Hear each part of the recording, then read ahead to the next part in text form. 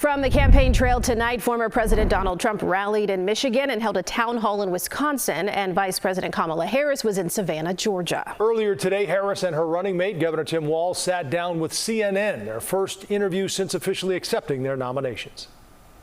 How should voters look at some of the changes that you've made, that you've explained some of here, in your policy? The most important and most significant aspect of my policy perspective and decisions is my values have not changed. Do you still want to ban fracking?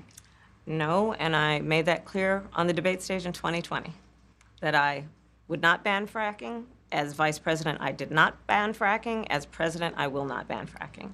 When you first ran, there was a debate. You raised your hand when asked whether or not the border should be decriminalized. Do you still believe that? I believe there should be consequence. We have laws that have to be followed and enforced that address and deal with people who cross our border illegally, and there should be consequence. And let's be clear, in this race, I'm the only person who has prosecuted transnational criminal organizations who traffic in guns, drugs, and human beings. One of your campaign themes is we're not going back. But I wonder what you say to voters who do want to go back when it comes to the economy specifically, because their groceries were less expensive, housing was more affordable when Donald Trump was president.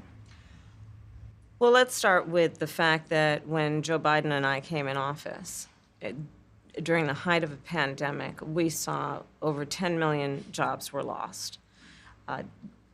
People, I mean, literally, we were all tracking the numbers.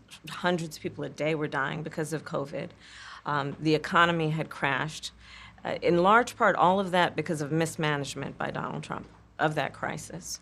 When we came in, our highest priority was to do what we could to rescue America. And today, we know that we have inflation at under 3%. A lot of our policies have led to the reality that America recovered faster than any wealthy nation around the world. Former President Trump reacted to the Harris interview, calling her, quote, the greatest flip-flopper. Voters will get to see both candidates on the same stage for the first time during the debate September 10th.